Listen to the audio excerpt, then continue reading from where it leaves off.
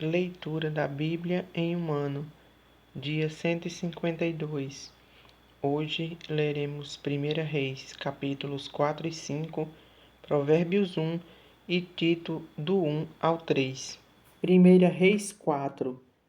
O rei Salomão reinou sobre todo o Israel. Eram estes os seus homens principais: Azarias, filho de Zadok, o principal. Eliorefe e Aias, filho de Cisa, eram secretários. Josafá, filho de Ailude, era o cronista. Benaia, filho de Joiada, era comandante do exército. Zadok e Abiatar eram sacerdotes. Azarias, filho de Natã, era intendente-chefe. Zabude, filho de Natã, ministro, amigo do rei. Aizá, mordomo. Adonirão, filho de Abda, superintendente dos que trabalhavam forçados. Tinha Salomão 12 intendentes sobre todo Israel, que forneciam mantimentos ao rei e à sua casa. Cada um tinha de fornecer durante um mês do ano. São estes os seus nomes: Ben-Ur, nas montanhas de Efraim; Ben-Dequer, em Macás; Saalabim, Bet-Semes, Elon e Bet-Anã; Ben-Ezete, em Urubote. A este pertencia também Socó e toda a terra de Efer. Ben-Aminadab tinha toda a cordilheira de Dor. Tafate, filha de Salomão, era sua mulher.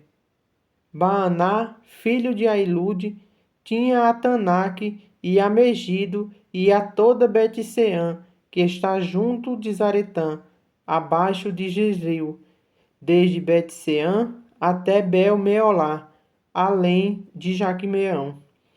Ben-Gedé, em Ramote-Gileade, tinha este as aldeias de Jair, filho de Manassés, aos quais estão em Gileade. Também tinha a região de Argobe, a qual está em Bazã, 60 grandes cidades com muros e ferrolhos de bronze. Ainadab, filho de Ido, em Maanaim. Aimaás, em Naphtali. Também este tomou filha de Salomão por mulher, a saber, Bazemate. Baaná, filho de Uzai, em Azer e Bialote. Josafá, filho de Parua, em Issacar. Simei, filho de Elá, em Benjamim. Geber, filho de Uri, na terra de Gileade, a terra de Seom, rei dos amorreus, e de Og, rei de Bazã. E havia só um intendente nesta terra. Eram, pois, os de Judá e Israel muito numerosos, como a areia que está ao pé do mar. Comiam, bebiam e se alegravam. Dominava Salomão sobre todos os reinos, desde o Eufrates até a terra dos filisteus e até a fronteira do Egito, os quais pagavam tributo e serviam a Salomão todos os dias da sua vida. Era, pois, o provimento diário de Salomão 30 coros de flor de farinha e 60 coros de farinha, 10 bois cevados, 20 bois de pasto e 100 carneiros, afora os veados, as gazelas, os corços e aves cevadas, porque dominava sobre toda a região e sobre todos os reis, aquém do Eufrates, desde Tífisa até Gaza, e tinha paz por todo o derredor. Judá e Israel habitavam confiados, cada um debaixo de sua videira e debaixo de sua figueira, desde Dan até Berseba, todos os dias de Salomão. Tinha também Salomão 40.000 cavalos em estrebarias para os seus carros e 12.000 cavaleiros. Forneciam, pois, os intendentes provisões, cada um no seu mês, ao rei Salomão e a todos quantos lhe chegavam à mesa. Coisa nenhuma deixavam faltar. Também levavam a cevada e a palha para os cavalos e os jinetes para o lugar onde estivesse o rei, segundo lhes fora prescrito. Deu também Deus a Salomão sabedoria, grandíssimo entendimento e larga inteligência como a areia que está na praia do mar. Era a sabedoria de Salomão maior do que a de todos os do Oriente e de que toda a sabedoria dos egípcios. Era mais sábio do que todos os homens, mais sábio do que Etã, Esraíta, e do que Emã, Calcol e Darda, filhos de Maol. E correu a sua fama por todas as nações em redor. Compôs 3.000 provérbios, e foram os seus cânticos 1.005. Discorreu sobre todas as plantas, desde o cedro que está no Líbano até ao insopo que brota no muro. Também falou dos animais e das aves, dos répteis e dos peixes. De todos os povos vinha gente a ouvir a sabedoria de Salomão, e também enviados de todos os reis da terra que tinham ouvido da sua sabedoria. 1 Reis 5. Enviou também Irão, rei de Tiro, os seus servos a Salomão, porque ouvira que ungiram a Salomão rei em lugar de seu pai, pois Irão sempre fora amigo de Davi. Então Salomão enviou mensageiros a Irão, dizendo: Bem sabes que Davi, meu pai, não pôde edificar uma casa ao nome do Senhor seu Deus, por causa das guerras com que o envolveram os seus inimigos, até que o Senhor los pôs debaixo dos pés. Porém a mim, o Senhor meu Deus, me tem dado descanso de todos os lados. Não há nem inimigo nem adversidade alguma. Pelo que intento edificar uma casa ao nome do Senhor meu Deus, como falou o Senhor a Davi meu pai, dizendo: Teu filho, que porei em teu lugar no teu trono, esse edificará uma casa ao meu nome. Dá ordem, pois, que do Líbano me cortem cedros, os meus servos estarão com os teus servos, e eu te pagarei o salário destes segundo determinares, porque bem sabes que entre o meu povo não há quem saiba cortar a madeira como os sidônios. Ouvindo Irão as palavras de Salomão, muito se alegrou e disse: Bendito seja hoje o Senhor, que deu a Davi um filho sábio sobre este grande povo. Enviou Irão mensageiros a Salomão, dizendo: Ouvi o que mandastes dizer. Farei toda a tua vontade acerca das madeiras de cedro e de cipreste. Os meus servos as levarão desde o Líbano até ao mar, e eu as farei conduzir em jangadas pelo mar até ao lugar que me designares, e ali as derramarei, e tu as receberás. Tu também farás a minha vontade, dando provisões à minha casa. Assim, deu Irão a Salomão madeira de cedro e madeira de cipreste, segundo este queria. Salomão deu a Irão 20.000 coros de trigo para sustento de sua casa, e 20 coros de azeite batido, e o fazia de ano em ano. Deu o Senhor sabedoria a Salomão, como lhe havia prometido. Havia paz entre Irão e Salomão, e fizeram ambos entre si aliança. Formou o rei Salomão uma leva de trabalhadores dentre todo Israel, e se compunha de 30.000 homens, e os enviava ao Líbano alternadamente, 10.000 por mês. Um mês estavam no Líbano, e 2 meses cada um em sua casa, e Adonirão dirigia a leva. Tinha também Salomão 70.000 que levavam as cargas, e 80.000 que trabalhavam pedra nas montanhas. Afora os chefes oficiais de Salomão, em número de 3.300, que dirigiam a obra e davam ordens ao povo que a executava. Mandou o rei que trouxessem pedras grandes e pedras preciosas e pedras lavradas para fundarem a casa. Lavraram-no os edificadores de Salomão e os de Irão e os giblitas, e preparavam a madeira e as pedras para se edificar a casa. Provérbios 1. Provérbios de Salomão, filho de Davi, o rei de Israel, para aprender a sabedoria e o ensino, para entender as palavras de inteligência, para obter o ensino do bom proceder, a justiça, o juízo, a equidade, para dar aos simples prudência e aos jovens conhecimento e bom siso. Ouça o sábio e cresça em prudência, e o instruído adquire habilidade para entender provérbios e parábolas, as palavras e enigmas dos sábios. O temor do Senhor é o princípio do saber, mas os loucos desprezam a sabedoria e o ensino. Filho meu, ouve o ensino de teu pai e não deixes a instrução de tua mãe, porque serão diadema de graça para a tua cabeça e colares para o teu pescoço. Filho meu, se os pecadores querem seduzir-te, não o consintas. Se disserem, vem conosco, embosquemo-nos para derramar sangue, espreitemos, ainda que sem motivo, os inocentes. Traguemo-los vivos como o abismo e inteiros como os que descem a cova. Achemos toda sorte de bens preciosos, enchemos de despojos a nossa casa. Lança a tua sorte entre nós, teremos todos uma só bolsa. Filho meu, não te ponhas a caminho com eles. Guarda das tuas veredas os pés, porque os seus pés correm para o mal e se apressam a derramar sangue, pois debalde se estende a rede à vista de qualquer ave. Estes se emboscam contra o seu próprio sangue e a sua própria vida espreitam. Filho meu, ouve o ensino de teu pai e não deixes a instrução de tua mãe, porque serão diadema de graça para a tua cabeça e colares para o teu pescoço. Filho meu, se os pecadores querem seduzir-te, não o consintas.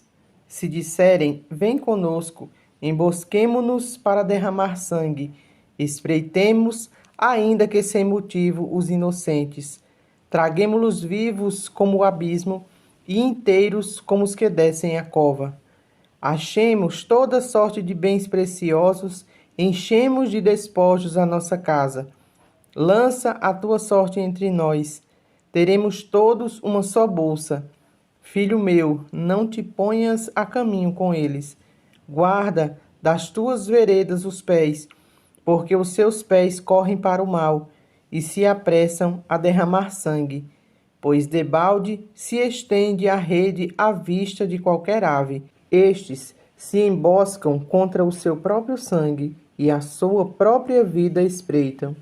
Tal é a sorte de todo ganancioso, e este espírito de ganância tira a vida de quem o possui. Grita na rua a sabedoria, nas praças levanta a voz, do alto dos muros clama a entrada das portas e nas cidades profere as suas palavras. Até quando, honestos, amareis a necessidade?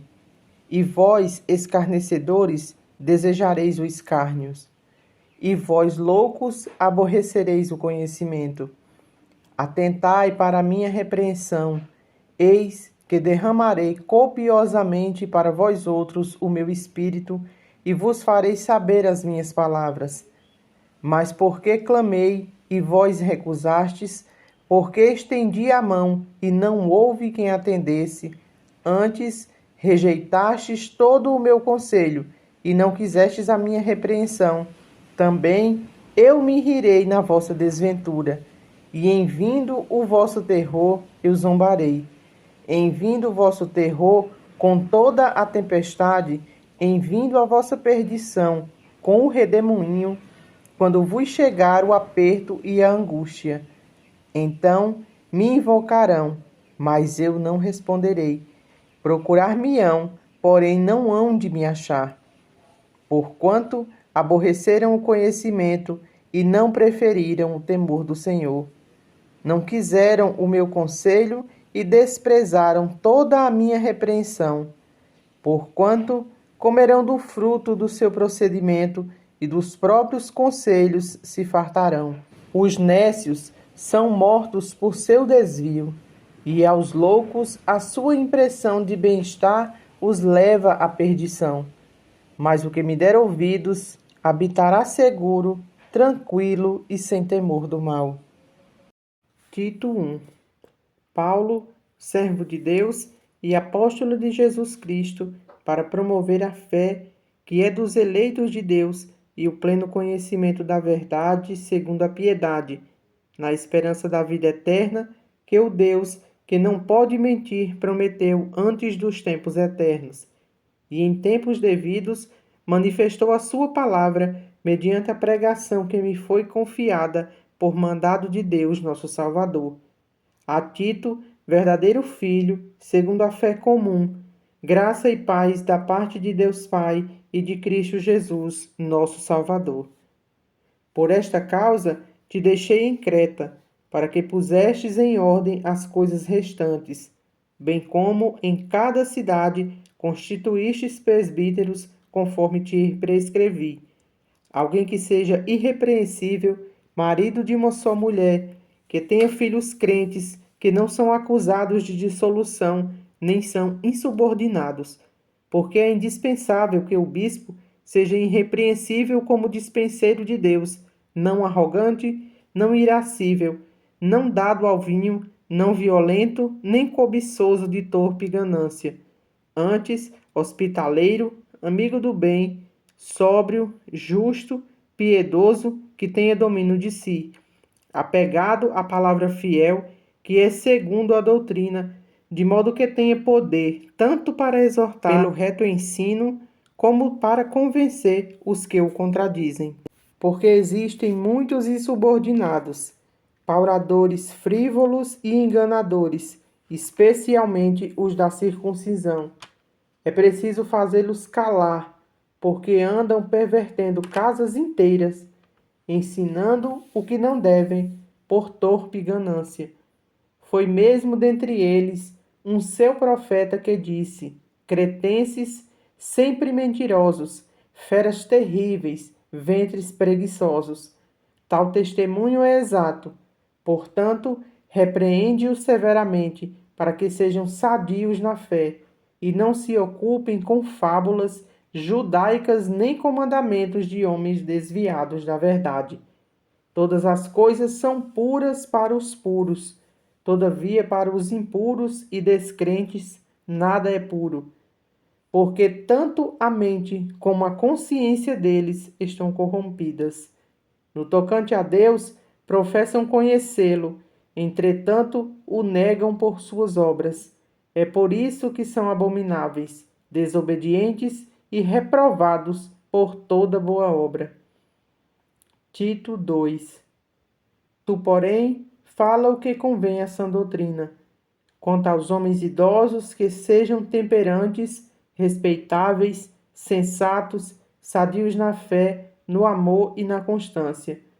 Quanto às mulheres idosas, semelhantemente, que sejam sérias em seu proceder, não caluniadoras, não escravizadas a muito vinho, sejam mestras do bem, a fim de instruírem as mais jovens recém-casadas a amarem ao marido e aos seus filhos, a serem sensatas, honestas, boas donas de casas, bondosas, sujeitas ao marido, para que a palavra de Deus não seja difamada. Quanto aos moços, de igual modo, exorta-os para que em todas as coisas sejam criteriosos. Torna-te pessoalmente padrão de boas obras. No ensino, mostra integridade e reverência, linguagem sadia e irrepreensível, para que o adversário seja envergonhado, não tendo indignidade nenhuma que dizer a nosso respeito. Quanto aos servos, que sejam em tudo obedientes ao Senhor, dando-lhe motivo de satisfação, não sejam respondões. Não furtem, pelo contrário, deem prova de toda a fidelidade, a fim de ornarem em todas as coisas a doutrina de Deus, nosso Salvador. Porquanto a graça de Deus se manifestou salvadora a todos os homens, educando-nos para que, renegadas a impiedade e as paixões mundanas, vivamos no presente século sensata, justa e piedosamente, aguardando a bendita esperança e a manifestação da glória do nosso grande Deus e Salvador Jesus Cristo, o qual a si mesmo se deu por nós, a fim de remir-nos de toda iniquidade e purificar para si mesmo um povo exclusivamente seu, zeloso de boas obras. Dize essas coisas, exorta e repreende também com toda a autoridade. Ninguém te despreze. Tito 3. Lembra-lhes que sujeitem aos que governam as autoridades, sejam obedientes, estejam prontos para toda boa obra.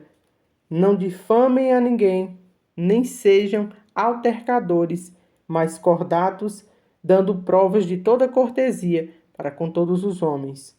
Pois nós também outrora éramos nécios, desobedientes, desgarrados, escravos de toda sorte de paixões e prazeres, vivendo em malícia e inveja, odiosos e odiando-nos uns aos outros.